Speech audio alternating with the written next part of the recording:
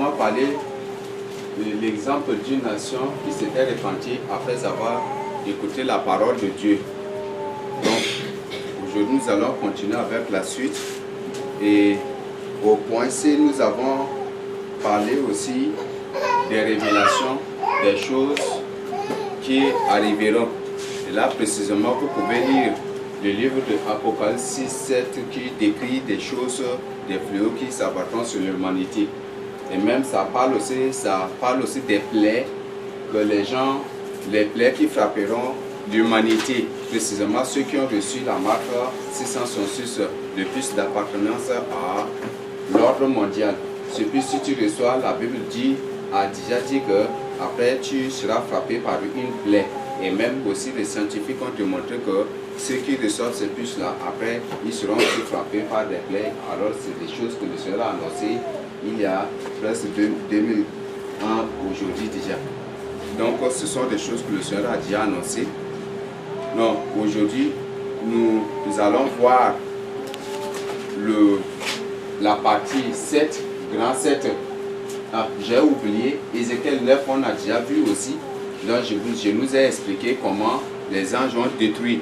Et avant que le malheur ne survienne, le Seigneur, c'est toujours ses bien-aimés, ceux qui demeurent dans sa crainte, ceux qui demeurent dans sa parole et son sceau divin. Et ces gens ne seront pas atteints.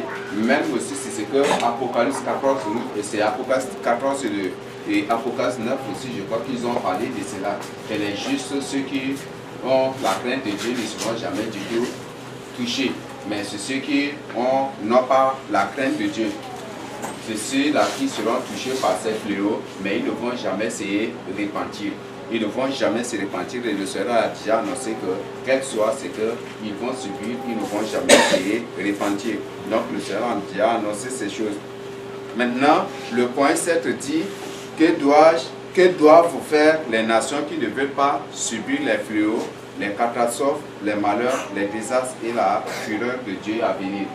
Donc, qu'est-ce que ces nations doivent faire? Je crois qu'on revient toujours sur les mêmes choses. Donc, ces nations doivent apprendre à craindre Dieu, doivent chercher la face de l'Éternel.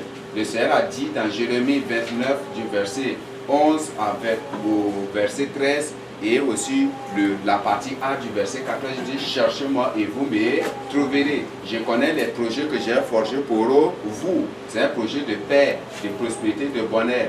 Mais ce n'est pas un projet de malheur, c'est ce que le Seigneur a déjà annoncé. Il dit, cherchez-moi et vous me trouverez. Chercher l'Éternel, ce n'est pas prendre un avion spatial et pas aller dans l'air pour chercher l'Éternel, mais on cherche l'Éternel à travers sa parole. C'est dans la parole de Dieu. Donc, cherchez-moi et vous me trouverez. Donc, c'est ce que le Seigneur Jésus-Christ nous a déjà dit. Et c'est très important que ces nations réfléchissent sur ces choses-là. Et si ces nations ne veulent pas subir les catastrophes, les choses horribles, épouvantables que le Seigneur enverra contre les méchants, ces nations doivent apprendre et doivent chercher à tout prix à adopter la parole de Dieu comme la constitution de leur pays. Et ces nations doivent, même si ce n'est pas la nation tout entière, les peuples ou les habitants doivent décider de faire de la parole de Dieu leur vie de conduite quotidienne. Et c'est ce qui va les sauver. Parce que le Seigneur dit qu'il a des regards sur ceux qui le craignent. Quand Dieu avait résolu de détruire Sodome et Gomorrhe, Abraham lui a posé la question, est-ce que tu feras mourir le juste avec les méchants?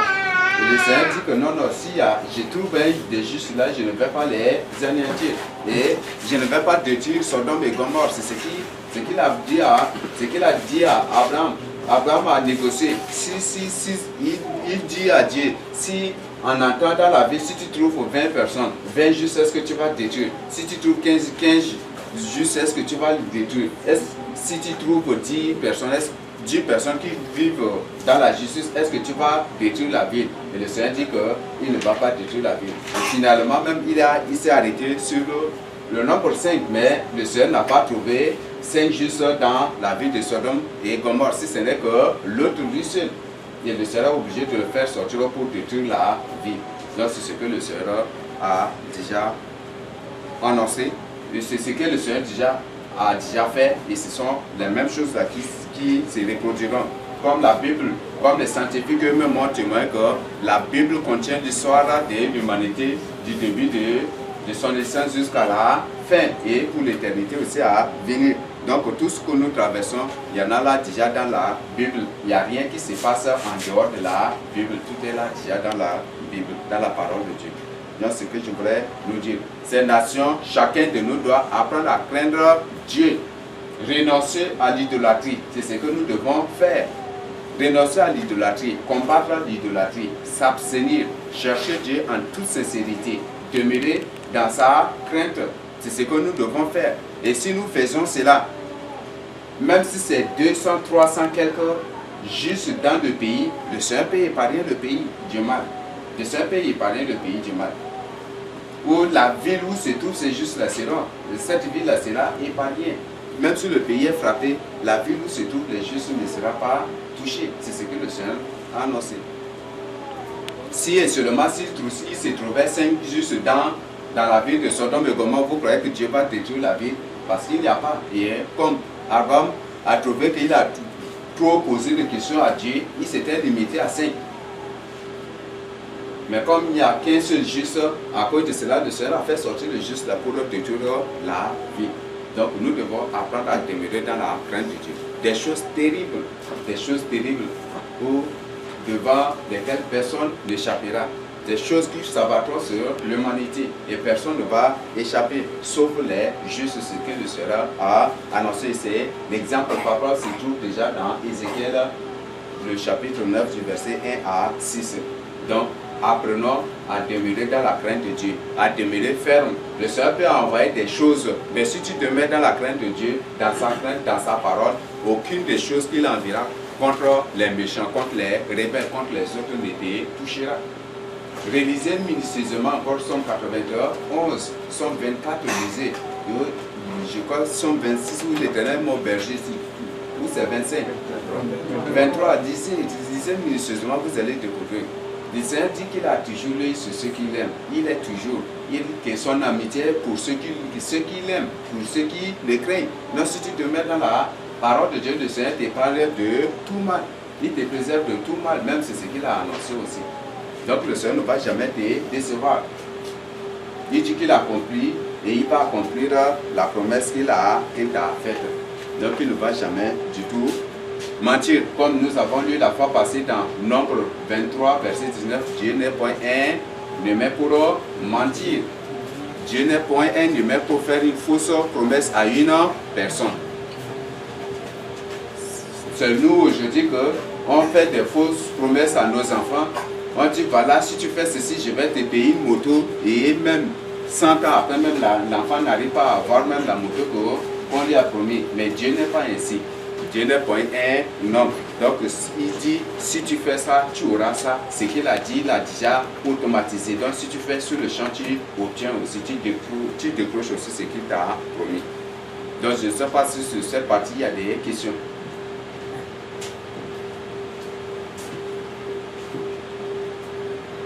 Ok, s'il n'y a pas de questions, nous allons évoluer, nous allons avancer.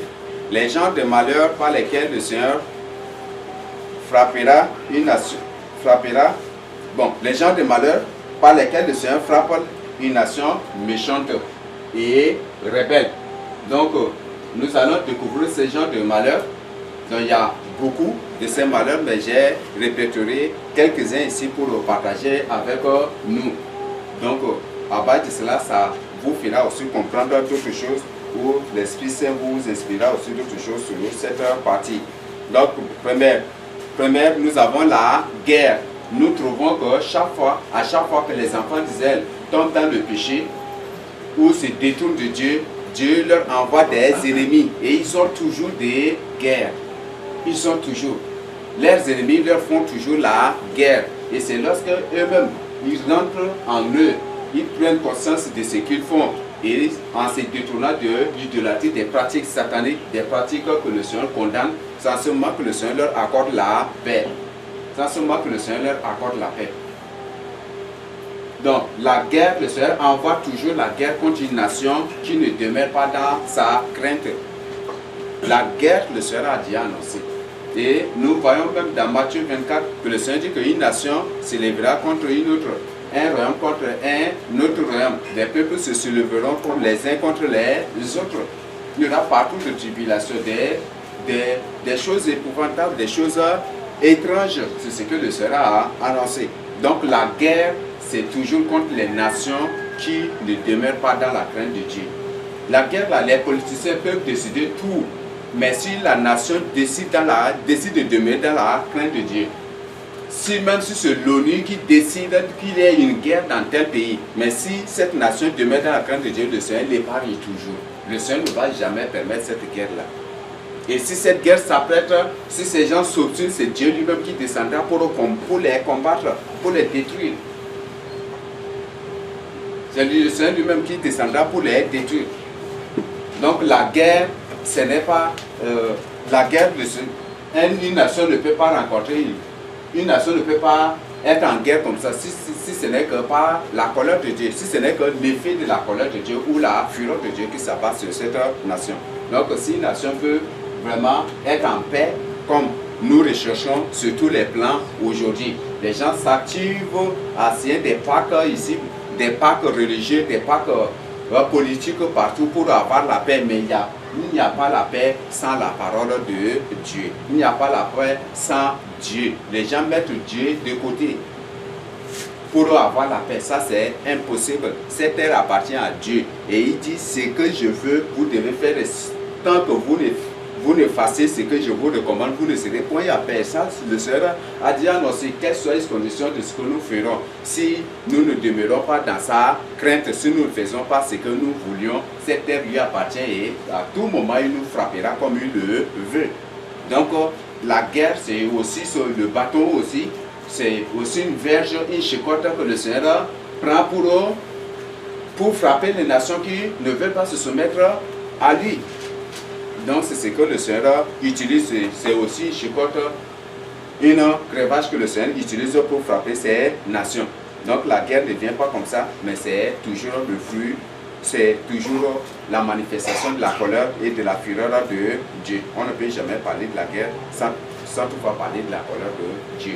Même si ce sont les États, même si c'est quoi, même si c'est une inspiration humaine, une inspiration démoniaque, tout est permis par Dieu pour châtier toujours cette nation. Et quand une guerre éclate, la plupart des gens qui meurent sont des méchants.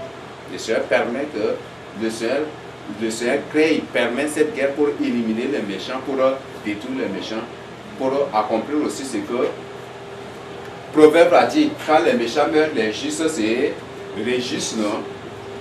Et les justes, voilà. Donc c'est ce que Dieu a déjà annoncé. Et si le Seigneur permet la guerre, c'est pour donner la paix aussi, pour accorder la paix à ceux qui demeurent dans sa parole, aux justes qui sont opprimés à cause de leur justice. Et on a découvert que la justice est la mise en pratique de la loi de Dieu. Nous avons l'envahissement dans ces pays, une nation qui ne demeure pas dans la crainte de Dieu, une nation qui n'a pas la crainte de Dieu, une nation qui ne cherche pas Dieu, une nation qui ne demeure pas dans la justice de Dieu. Cette nation est toujours envahie et elle est assujettie aussi et dominée par des étrangers. Elle est soumise à une tyrannie aussi totale. C'est le cas de l'Afrique, c'est le cas d'autres nations. C'est parce qu'on ne cherche pas Dieu. Nos dieux sont les marabouts, nos dieux sont les féticheurs. C'est ce que les gens font aujourd'hui. Nos chefs d'État consultent les marabouts, consultent Satan pour avoir des solutions à leurs problèmes. C'est comme c'est Satan qui a créé la superficie de la terre du Tchad comme ça. Non, c'est Dieu. Quand il y a un problème, c'est à l'Éternel. C'est vers l'Éternel qu'on doit chercher la solution. C'est ce que David a fait. Quand il y avait un problème, c'était tourné vers Dieu pour chercher la solution. Et Dieu l'a délivré. Et quand Saoul, au lieu de chercher Dieu, il est parti pour chercher pour consulter Satan à travers l'une de ses agents. Quelle était sa fin? Il avait fini sauvagement avec toute sa famille, même aussi avec ceux qui étaient avec lui. Même avec ceux qui étaient avec lui. Donc on ne doit pas se On ne doit pas se fier à nos pouvoirs, ni à nos puissances, ni à quoi que ce soit, mais on doit plutôt se fier à Dieu. Et Dieu, toute la puissance de Dieu se trouve dans sa parole ici. Toute la puissance de Dieu se trouve dans sa parole. Tout son pouvoir se trouve dans sa parole. Si Dieu agit s'il commande à Josué de méditer tout le jour sa parole, nuit et jour sa parole. Pourquoi? Parce qu'il y a tous les secrets de réussite, tous les secrets de paix, de succès, de sécurité, de stabilité. Tous ces secrets se trouvent dans la parole de Dieu ici. Tout est là. Dans cette parole, il y a la vie. Dans cette parole, il y a la mort. Dans cette parole, il y a la bénédiction. Dans cette parole, il y a la malédiction. Il y a tout dans la parole de Dieu ici.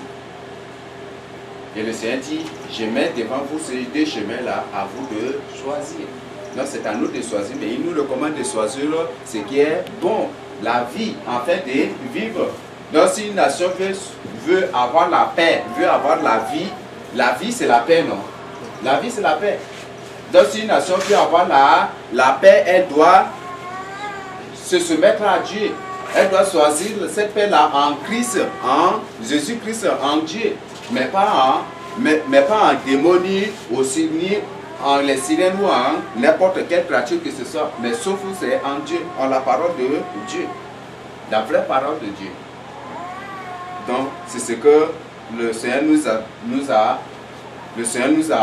c'est ce que le Seigneur nous a déjà averti. Donc, nous avons l'assujettissement où on a prouvé que chaque fois que les enfants d'Israël pêchent, le Seigneur leur envoie des ennemis, leurs adversaires pour les assujettir. Et ils sont soumis à des rudes travaux dans leur propre pays. C'est ce que nous faisons aussi aujourd'hui. Aujourd'hui, on crie l'exploitation de pétrole par-ci, par-là, mais on n'a même pas vu le fruit de ces choses-là. On est assujetti dans notre... C'est ce que les Juifs avaient traversé aussi. Le Seigneur leur a envoyé des ennemis dans leur pays pour les dominer dans leur propre pays. Tous les fruits de leur labeur, c'est pour l'ennemi. Et c'est l'ennemi qui décide de ce qu'ils doivent faire. C'est l'ennemi qui décide de ce qu'ils devaient faire. Même avec le roi Hérode, c'est la même chose. Au temps du roi Hérode, c'est la même chose. Aujourd'hui, nous sommes soumis à cela aussi. Nous sommes soumis à cette tyrannie. Nous sommes soumis à cet assujettissement. Et pour être délivré, on doit revenir à Dieu. Ce n'est pas... Dieu même a dit à Jérubbabel que ce n'est ni par l'épée, ni par la puissance, ni par pouvoir que ça soit. Mais c'est par moi, l'Éternel, non? C'est par moi, l'Éternel, par l'Esprit Saint. Donc si une nation veut avoir la paix, si une nation veut s'affranchir du mal, de toute tyrannie, de toute colonisation, de toute manipulation, cette nation doit adopter la parole de Dieu comme sa constitution. Cette nation doit demeurer dans la crainte de Dieu. Les peuples, les habitants de cette nation doivent décider de mettre en pratique la parole de Dieu. Mais s'ils ne le font pas, le Seigneur enverra toujours contre ces choses. Enverra toujours ces choses-là contre eux. Quand les enfants d'Israël revenaient à Dieu, le Seigneur disperse les dominateurs, les assujettisseurs, ces gens qui venaient pour les dominer. Ou les ennemis, il les dispersait. Ceux qui venaient pour dominer sur eux, le Seigneur les démantèle, le Seigneur les chasse de leur pays. Même le Seigneur leur donne la puissance, le pouvoir pour aller encore conquérir leur pays encore aussi. C'est ce que Sisera, c'était le cas de Sisera. Il est venu, il a dominé, il a assiégé Israël, il a dominé sur les Juifs. Et quand Dieu a suscité Barak et Déborah, ils ont combattu contre l'armée de Sisera jusqu'à pour entrer dans leur royaume, pour conquérir encore leur royaume. C'est ce que. Et pourquoi cela? Parce qu'ils sont revenus à Dieu. Et c'est comme ça que Dieu, c'est à cause de cela que Dieu leur a donné cette puissance, ce pouvoir de le faire. Donc si on ne demeure pas dans la crainte de Dieu, ça va être impossible. Aujourd'hui, partout, on cherche. Non, on ne veut pas la domination européenne. On ne veut pas la domination américaine. Ce n'est pas par les armes. Ce n'est pas par les armes. Là, ils détiennent ça plus que nous. Tous des armes qu'ils détiennent là, ça dépasse même. On n'a même pas vu aussi certaines choses. Certains hommes qui détiennent, on n'a même pas encore vu. Qui d'entre nous, peut-être certains d'abord, peut-être ont vu bateau encore, vrai ou faux? Hein? Certains d'entre nous, peut-être d'abord, ils ont vu encore un train, vrai ou faux? Ou je mens? Certains, hein? Non, physiquement, je parle physiquement. Certains n'ont même pas encore, n'ont même pas encore vu un avion face à face encore. Si ce n'est que dans l'air, ils ont l'habitude de voir. Vrai ou faux? Oui, des choses qui créent. Ce n'est pas la puissance de Satan. Et si vous voulez la délivrance, si vous voulez la vraie liberté, si vous voulez vraiment le vrai affranchissement, vous devez vous soumettre à la parole de Dieu. C'est Dieu qui a créé Satan. C'est Dieu qui les a créés. Et si vous vous soumettez à Dieu, Dieu vous arrache de leur domination. Et le Seigneur vous fera rien, même sourire encore aussi. Et c'est que c'était le cas toujours des enfants d'Israël. Quand ils se détournaient de Dieu, le Seigneur amenait les ennemis pour rien sur eux. Et quand ils prenaient conscience pour revenir à Dieu, Dieu les fait rien sur leurs ennemis. Ils ont créé des choses qu'on n'a même pas encore vues. Des choses qu'on n'a même pas encore vues. Même nos armes que nous possédons là, toutes ces armes sont verrouillées. Toutes ces armes ont des codes. Vous pouvez payer, mais le jour il y a quelque chose et ils décident là-bas, à la base là-bas, ils verrouillent toutes ces choses-là. Tu vas prendre ton pistolet, mais tirer, la balle ne sort pas. Tu vas prendre ton char, mais ça ne va pas travailler. Les hélicoptères ne vont pas fonctionner. Les avions de chasse ne vont pas décoller. Ils vont verrouiller toutes ces choses. Parce qu'ils détiennent, c'est eux qui fabriquent. Et ce n'est pas en criant, en allant et ça et là qu'on aura cette vraie délivrance ou l'affranchissement. Jamais du tout. Donc c'est pas la parole de Dieu. C'est pas la parole de Dieu. Et aujourd'hui, on veut mettre notre intellectualisme là devant pour ça, c'est jamais du tout, on ne va jamais du tout. Ça, jamais du tout, jamais du tout. S'il s'agit d'un débat intellectuel, je crois qu'ils sont plus avancés que nous. Donc là, jamais du tout. C'est la solution ne se trouve que dans la parole de Dieu et pas la parole de Dieu. Les Juifs aujourd'hui développent des armes, toutes ces choses, mais ils seront dessus par la suite. Et aujourd'hui, contre sur les armes, ils comptent sur leurs chars de combat, ils comptent sur tout ce qu'ils possèdent, sur leur armée, ils comptent sur cela. Mais bientôt, ils seront dessus. Ils seront dessus. Et c'est ce qui va les pousser à revenir à Dieu. Donc ce n'est pas dans les armements, ce n'est pas dans l'armée qu'on aura la délivrance, ce n'est pas par des débats intellectuels qu'on aura la délivrance. Si un pays veut s'affranchir réellement, c'est que ces pays-là reviennent à Dieu. Que ces pays prennent l'engagement, prennent la décision de venir à Dieu. Que ces pays se débarrassent complètement de l'occultisme, se dépouillent complètement et systématiquement aussi des pratiques occultes et mystiques pour venir à Dieu. Et oui, ce pays verra ce que le Seigneur fera pour lui. Que ce pays tente seulement et il verra si le Seigneur était menteur, si Dieu qui a créé, qui l'a créé, si Dieu qui a créé cette terre où se situe ce pays est un menteur. Et qu'il tente ce pays, on verra lui-même aussi. Donc nous avons déjà parlé de la domination de la tyrannie. Donc voilà les choses que nous subissons. En Asie, c'est la même chose. Là, la domination, la tyrannie. Partout, en Europe, certains pays de l'Europe aussi sont soumis aussi à la tyrannie.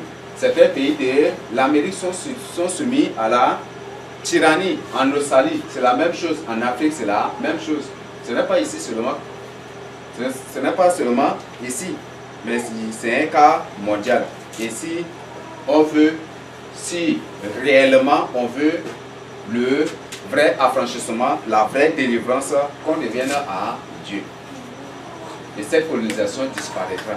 Ce néocolonialisme va disparaître. L'impérialisme moderne disparaîtra. Et le Seigneur nous élèvera pour régner sur ces nations.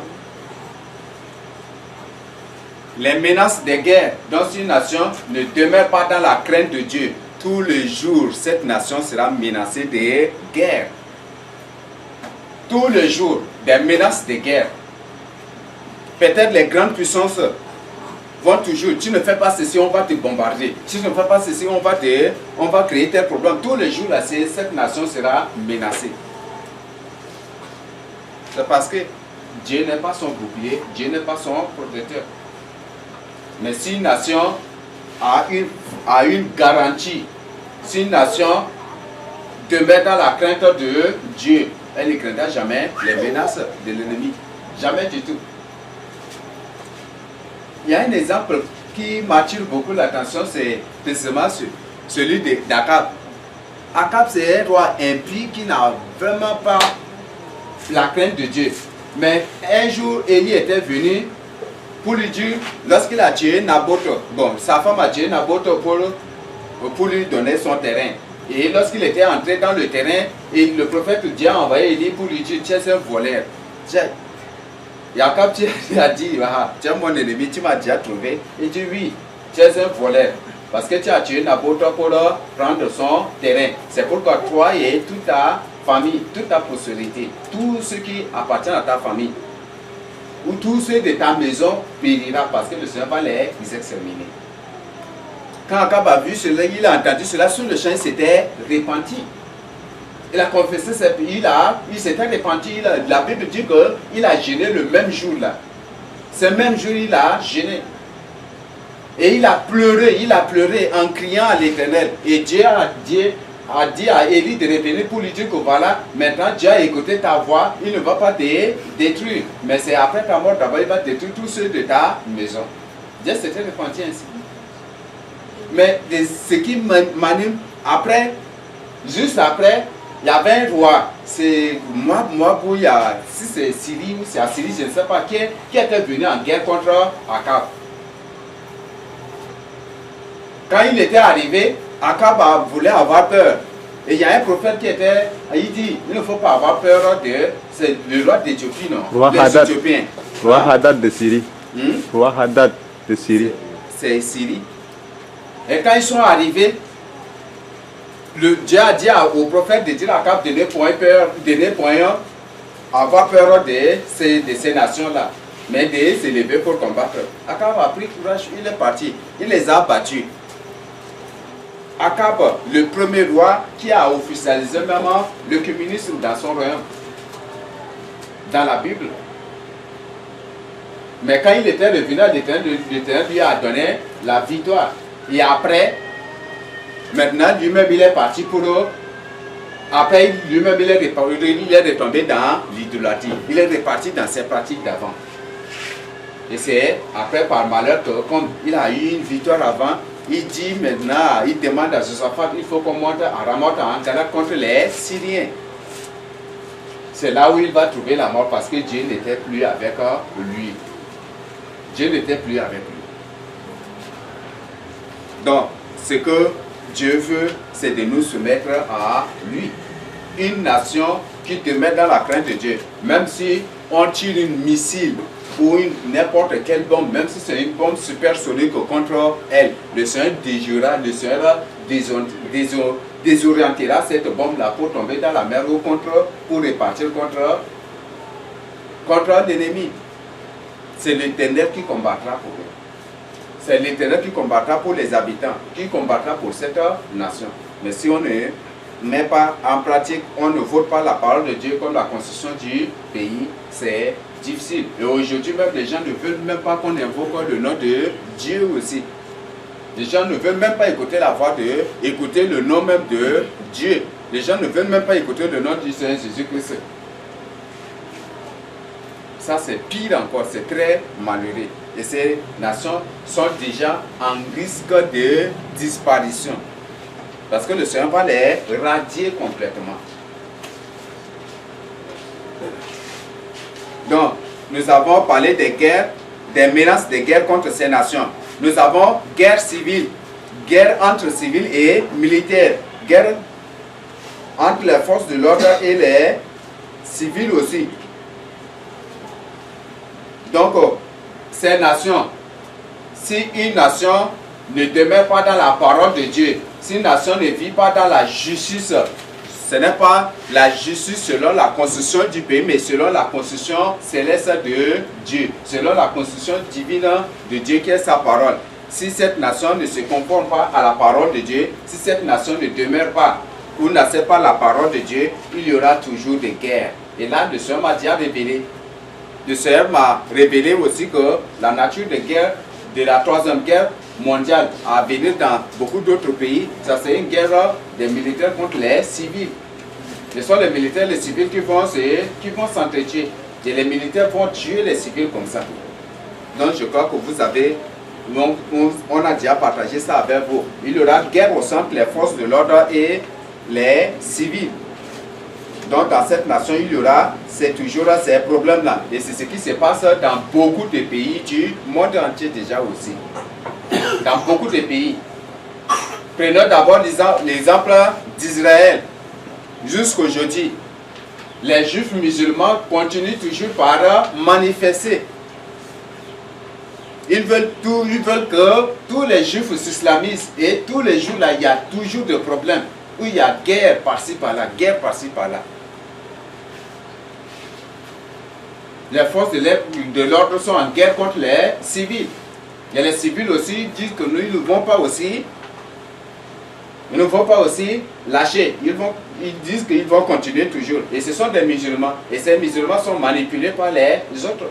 Ils se basent sur le Coran pour déclencher tous les problèmes aux juifs. Et ce sont les juifs eux-mêmes qui le veulent.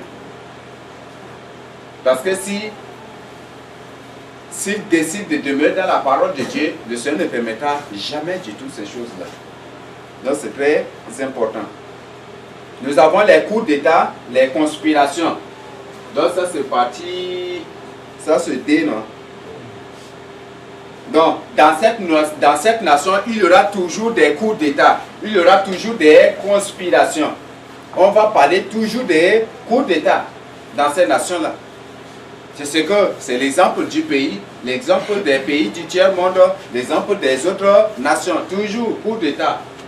Et c'est aussi ce qui était passé aussi, c'est l'histoire biblique en disant, en réétudiant encore l'histoire du royaume d'Israël, on trouve que c'est enchaîné par des séries de coups d'État. Dans le royaume d'Israël, il n'y a que des coups d'État seulement. Et ce qui était passé, les rois eux-mêmes s'entretiennent.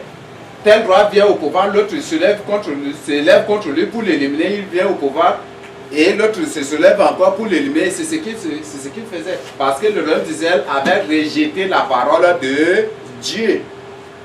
Le royaume d'Israël avait rejeté la parole de Dieu. Alors le Seigneur lui-même a laissé ces désordres-là se commettre dans le pays. Le Seigneur lui-même a laissé ces désordres-là pour que les Israélites eux-mêmes s'entretuent. Il a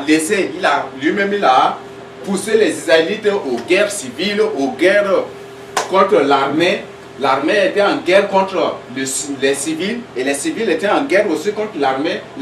Ceux qui prétendaient ou ceux qui voulaient devenir roi, ces gens se sont levés contre le roi et il y avait tuerie, il y avait des crimes par-ci par-là.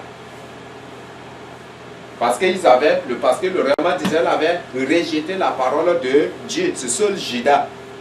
C'est seul Juda qui demeurait dans la parole de Dieu, qui continuait par offrir des sacrifices de culpabilité, qui rendait un culte agréable à Dieu. Et c'est à cause de cela que le royaume de Juda n'était pas livré à cela.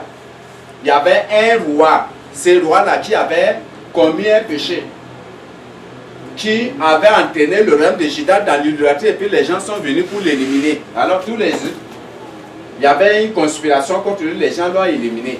Et les habitants se sont levés pour éliminer ceux qui ont tué le roi pour rétablir le fils du roi à sa place. Donc, si dans une nation, il n'y a pas la parole de Dieu, il n'y a pas la crainte de Dieu, il y aura toujours les coups d'État, il y aura toujours des guerres civiles, il y aura toujours des crises de conspiration, des soulèvements, il y aura toujours ces choses-là. Parce que ce qui est à l'origine de la paix dans un pays, c'est la parole de Dieu. C'est Dieu qui est la paix. Mais s'il n'y a pas Dieu, s'il n'y a pas la parole de Dieu, c'est impossible de trouver la paix dans cette nation. Les assassinats, les viols, les tueries, les crimes, les désordres, donc, sont des choses que le Seigneur, sont des fléaux, sont des malheurs, des choses que le Seigneur envoie contre cette nation. Le Seigneur permet ces choses-là. Donc, il y aura les gens eux-mêmes vont s'assassiner, vont s'entretuer. Il y aura des cas de viol, des femmes seront violées. Et aujourd'hui aussi, on a autre forme de viol où les femmes, les veuves, précisément au nord, les veuves se concertent pour capturer un jeune homme et puis l'amener quelque part pour violer ces méchants, et c'est ce qui se passe. Donc il y aura toujours ces cas-là. Nous avons les cas de tueries, ces choses-là. Nous avons les cas de tueries, les cas de crimes, des désordres. Le Seigneur permettra tous ces désordres-là dans le pays s'il n'y a pas la crainte de Dieu, s'il n'y a pas la parole de Dieu. Il faut qu'il y ait la parole de Dieu. Et s'il n'y a pas la parole de Dieu, si les habitants du pays, si la nation ne demeure pas dans la crainte de Dieu, si la nation se détourne de Dieu, si la nation rejette Dieu pour adorer l'Antichrist, comme aujourd'hui beaucoup de nations ont signé officiellement un accord impact pour l'ordre mondial, pour se soumettre à l'Antichrist. Si ces nations ne se détournent pas, si ces nations ne reviennent pas à Dieu, le Seigneur enverra ces fleurs-là contre eux. Eux-mêmes, ils vont s'entretuer. Eux-mêmes, dans ces nations-là, même les peuples eux-mêmes vont s'entretuer. Il y aura des cas de tuerie, il y aura des désordres jamais vus. Il y aura toujours ces désordres-là. Donc, c'est très important qu'on revienne à Dieu. Qu'on revienne à Dieu. Ce n'est pas dans l'ordre mondial qu'il y aura la paix. La paix, on ne va jamais du tout obtenir la paix sans la parole de Dieu. Et la Bible nous a précisé que l'Antichrist, c'est une personne c'est la personne la plus désordonnée qui viendra pour semer le chaos. Chaos jamais vu. L'Antichrist sera toujours en guerre contre l'humanité. Il est investi de l'autorité de Satan. Donc le but de son règne, c'est pour faire que le maximum de gens soient éliminés pour l'enfer. Faire tout pour éliminer le maximum. Et c'est comme ça qu'il s'est fixé que pendant son règne, lui, il veut qu'il n'y ait que 500 millions d'habitants sur la terre. On est combien? Des milliards. Et lui, il veut 500 millions seulement. Oui, c'est à cause de cela qu'il y aura beaucoup de choses. Le Seigneur vient de m'accorder une autre vision encore concernant des choses qui vont venir. Et c'était encore ce matin que j'ai reçu ces choses-là. Il y aura beaucoup d'épidémies, beaucoup de choses qui seront déclenchées. Et les gens vont mourir comme ça. L'Antichrist s'est déjà déterminé, il s'est déjà fixé le nombre de son peuple, du peuple sur lequel il va régner. Il veut 500 millions d'habitants sur la surface de la terre. Alors qu'on est à presque 8 milliards déjà. On est à presque 8 milliards. Non, c'est ce que l'Antichrist veut. Vous voyez, c'est forcé. Donc il veut que tout le nombre, le reste là, il les élimine pour les conduire tous, les traîner tous en enfer. Et les 500 millions qui resteront, même il va faire tout pour les sceller encore de la marque encore pour qu'ils ne soient pas encore sauvés. Des mésententes, des divisions et des dissociations. Donc dans cette nation, il y aura toujours, dans ces peuples ou parmi ces peuples, il y aura toujours des mésententes. Ces peuples ne vont jamais du tout s'entendre. Jamais du tout. Quand il n'y a pas la parole de Dieu, ils ne vont jamais du tout s'entendre. L'exemple palpable, le regroupement des églises par ethnie. Quand la vraie parole de Dieu n'est pas prêchée, il n'y aura pas toujours d'entente. Il n'y aura pas toujours la conciliation. Il n'y aura pas toujours la paix. Il n'y aura pas toujours l'union.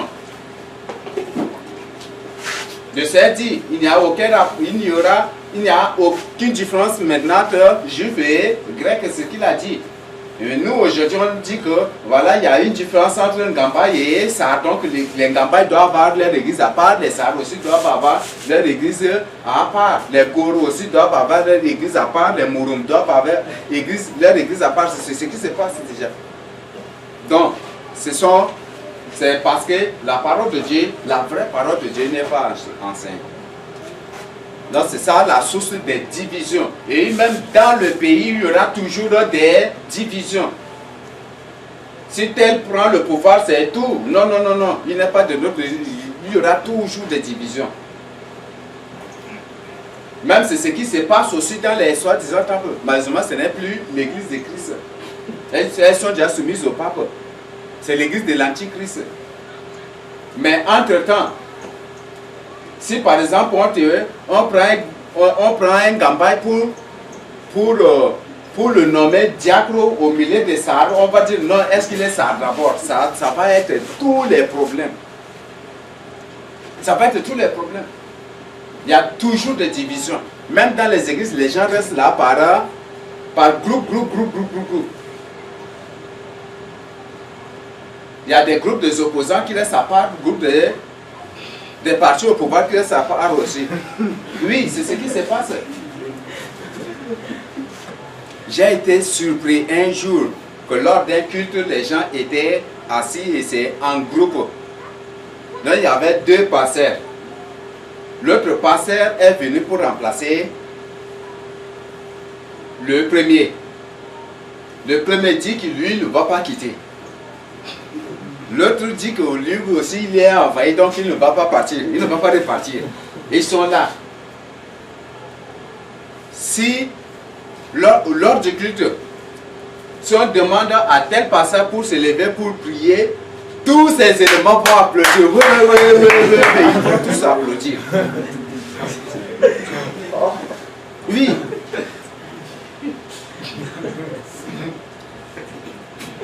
Et si c'est l'autre qui doit intervenir, tous ces éléments aussi se lèvent pour un applaudissement. Et en poussant des cris des you-you. C'est ce qu'il faisait. Et les deux pasteurs ont fini par se battre à coups de machette et de couteau de jeu au sein du temple de Dieu. Oui, c'est quelque chose qui s'est passé réellement. Donc c'est ce problème, c'est cette division-là qui a pénétré les soi-disant temples de Christ. Le pasteur a pris le bois des initiés là. Il a pris avec machette et avec l'anti, il est venu à l'église, il a garé quelque part.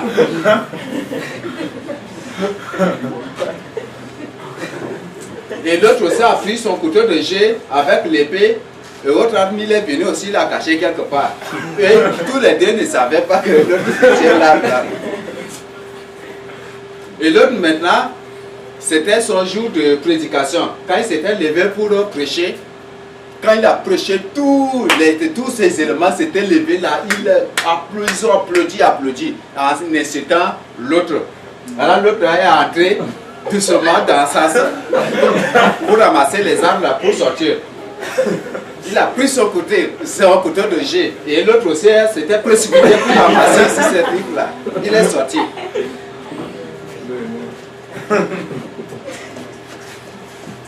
L'autre c'est comme c'est un gourde, l'autre c'est un bail. Donc le bail là, il a pris son couteau.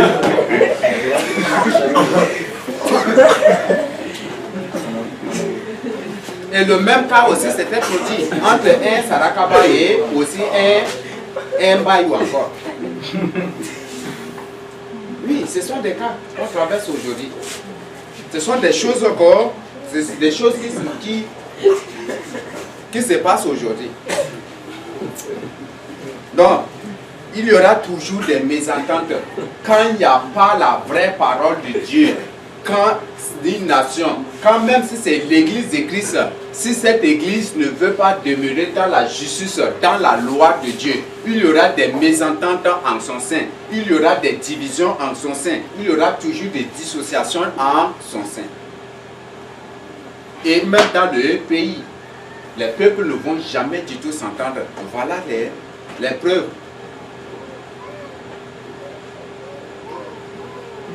Quand elle est nommée ministre, on va dire il est de Maïkebi, oui, il est du Moyen Chari. On va poser d'abord. Et même aujourd'hui, même si tu pars pour demander un service ou pour rentrer quelque part, on va te demander est-ce que tu es de Maïkebi ou tu es du Nord ou tu es du Sud. C'est ce qui se passe.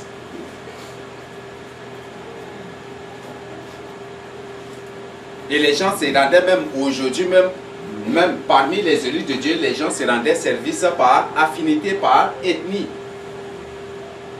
Si c'est un Sahara de mon village, je vais lui vite rendre service qu'à un Taïou, à un Sarakaba qui veut peut-être un service d'urgence. Et c'est ce que les gens font.